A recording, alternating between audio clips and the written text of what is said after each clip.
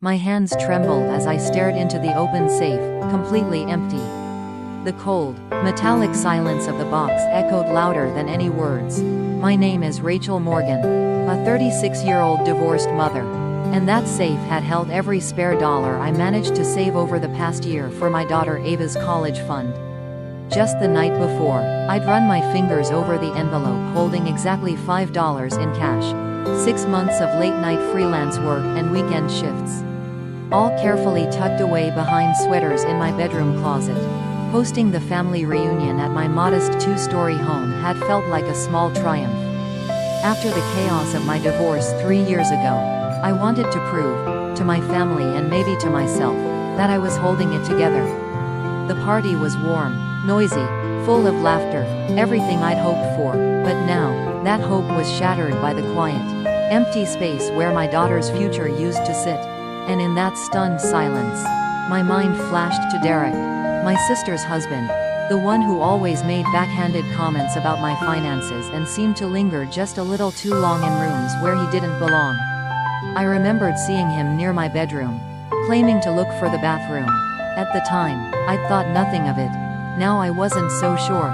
I tried to steady my breathing as I walked back into the living room where my sister Elena and her husband Derek were helping fold the last of the extra chairs. The rest of the family had already left, their cheerful goodbyes still echoing faintly in the hallway. I hesitated, watching Derek as he zipped up his jacket, his usual smug expression firmly in place. "The money's gone," I said, my voice quiet but firm. Elena turned toward me, confused. "What money?" "The $5 I've been saving for Ava's college fund. It was in the safe. Now it's not." I didn't take my eyes off Derek, and for a brief second, something flickered across his face. Was it surprise? Guilt? Whatever it was gone in an instant. "You're accusing me of stealing from you?"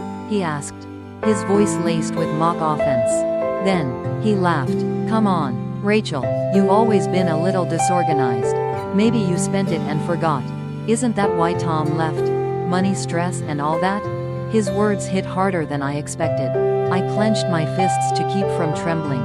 Elena looked horrified, glancing between the two of us. "Rachel, I'm sure there's a logical explanation. Are you certain it was there yesterday?" "I checked it the night before the reunion," I said firmly. "It was there." Derek threw up his hands. "Wow, okay, so I walked down the hall once and suddenly I'm a thief? Maybe you should talk to someone. Rachel, you sound unwell." His dismissal, the audacity, was almost worse than the accusation. I wanted to scream, but I didn't. I just watched them leave, Elena giving me a weak hug and promising to call. Derek didn't look back. That night, I tore my house apart. Drawers, closets, under the bed. I checked everywhere, hoping against hope I'd somehow misplaced it. But deep down, I knew I hadn't imagined the money. I hadn't forgotten where I put it. And I was certain Derek had taken it. But he had made one mistake. He assumed I'd let it go. That I'd doubt myself, or back down. He didn't know me at all. I sat down at the kitchen table, took out a notebook, and started writing a list of everyone at the reunion. What time they arrived, what time they left, who was near the bedroom. Every detail I could remember. If Derek thought he'd get away with this, he was about to find out just how wrong he was. The next morning, I woke up with the same pit in my stomach and a determination I hadn't felt in years. I made a pot of coffee, sat back down with my notebook, and started building a timeline. As I reviewed everything, my memory grew sharper. The image of Derek stepping out of the hallway near my bedroom. The way he'd asked, so casually over dinner, "Still hiding your cash in that old safe of yours?" At the time, I'd laughed it off, but now, it felt deliberate, like he'd been laying the groundwork. I called my mom first, framing the conversation as a thank you for the reunion. As we chatted, I asked if she'd noticed anything odd. "Now that you mention it," she said slowly, "Derek was asking a lot of questions before the party. Wanted to know if you were doing better financially. Said he was just concerned." Next, I called my cousin Dana, who'd always had a good eye for details. She recalled looking for Derek at one point during the party. Elena said he was probably in the bathroom. She said, but he was gone for, like, 20 minutes. Weird, right? I added all of it to my notes. Then I remembered something crucial. Last Christmas, during a casual chat, I had joked about using the same combination for my new jewelry box as the safe in my closet. I'd said it in passing, and the whole family had laughed. Derek had been sitting right there, pretending to scroll on his phone, but he had been listening. That realization chilled me. Suddenly, this wasn't just a crime of opportunity. It had been planned. Derek knew about the money. He knew the code. He'd watched, waited, and acted when he thought no one would notice. But he underestimated me. I checked my home security system, which I'd installed 6 months ago after a neighbor's break-in. The front and back cameras had been offline for 4 hours during the party, between 2 o'clock and 6 p.m. The exact time window when the theft likely occurred. Had he disabled them? It was no longer just about proving he took the money. It was about proving he meant to. And if Derek thought he could gaslight me into silence with charm and smirks, he was about to learn what happened when a mother fights back. Not just for herself, but for her daughter's future. By that evening, I had more than suspicions. I had a pattern. A pattern of behavior that painted Derek not as some clueless relative wandering through my house, but as a calculated opportunist. The problem? I still didn't have proof. I called Tom, my ex-husband. Despite our split, we'd remained civil for Ava's sake. When he picked up, I didn't even try to hide the urgency in my voice. Someone stole Ava's college money, I said quietly, and I think it was Derek. There was a pause. Then, Alina's husband? Yes. Tom didn't ask if I was sure. He didn't question my memory or tone. He just said, "What do you need me to do?" I exhaled for the first time all day. He suggested I call Ethan, my younger brother, a cop with a calm demeanor and sharp instincts. I'd avoided involving him, not wanting to turn this into an even bigger family crisis. But now, this was a crisis. Ethan listened patiently as I explained everything. I half expected him to tell me I was overreacting. Instead, he said, "You can't report this officially. Not yet, not without direct evidence. But I'll help you document everything. We'll build the case the right way." We got to work. I checked the spare key bowl in the kitchen. One of the keys, the one to my bedroom door, was hanging on a different hook than where I always kept it. A tiny detail I might have missed had Ethan not told me to check for subtle signs.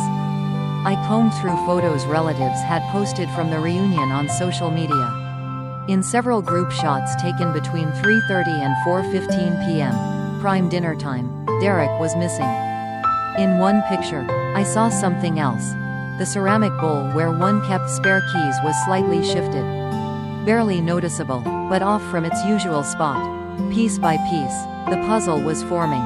That night, I sat at my kitchen table surrounded by notes, screenshots, and timelines.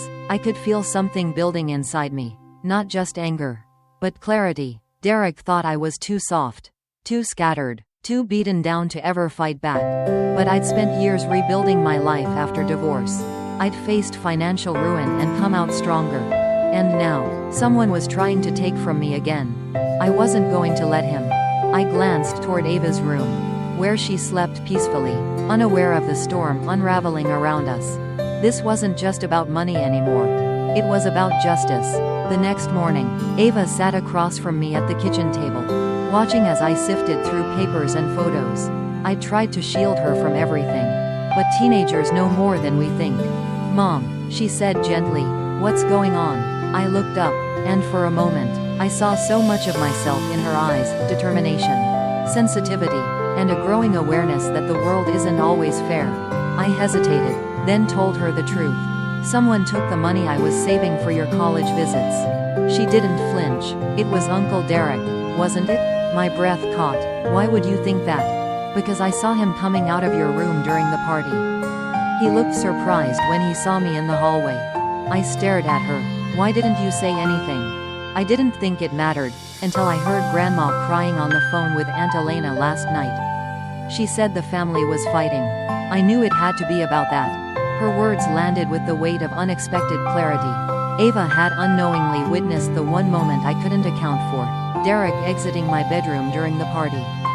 "That's important, sweetie," I said, reaching across the table to hold her hand. "Thank you for telling me." Ava squeezed my hand. Mom, I don't care if we can't do the college road trip. We can find another way. Tears welled in my eyes, not just because of what we'd lost, but because of her selflessness. But I wasn't going to let this go. Not for me, for her. Later that day, I updated Ethan and Tom on Ava's observation. It gave us a clearer window, between 3:30 and 4 p.m. Derek had the opportunity, motive, and now, a witness. Though Ava's testimony wouldn't hold up in court without more evidence, it made the picture sharper. I took a deep breath and began planning our next move. If Derek thought this story would die quietly, if he believed I'd cower beneath doubt and family pressure, he was mistaken. I had truth, time, and, now, my daughter on my side. And that was more powerful than he could ever understand. 2 years have passed since that night when the truth finally came to light. Derek returned the money, along with an additional $2, which he called interest. I never cashed that extra amount, just seeing it was enough. Elena divorced him soon after, finding her strength in the same fire that had once fueled our childhood dreams. She's now raising her son with quiet confidence, and our relationship, though forever changed, has grown deeper, more honest. As for me, I turned the pain into power. I expanded my freelance design work into a small business and even hired my first assistant. Ava is now in her sophomore year at college, thriving, independent, and bold. The trip we took to tour campuses, funded by that hard-earned money, remains one of my most treasured memories. Not because of where we went, but because of what it meant. We refused to be defeated. Sometimes, it takes a betrayal to remind you how strong you really are. People may doubt you, diminish you, or even steal from you, but they can never take your voice, your dignity, or your fight. Protecting your peace, your family, and your truth is never selfish, it's necessary. Have you ever had to stand up for yourself when no one else would? Share your story in the comments. I read every single one. Let's build a space where strength, honesty, and healing are celebrated. Right finger if this story touched your heart. Subscribe to the channel for more real-life stories about courage, resilience, and reclaiming your power. You're not alone, and you are stronger than you think.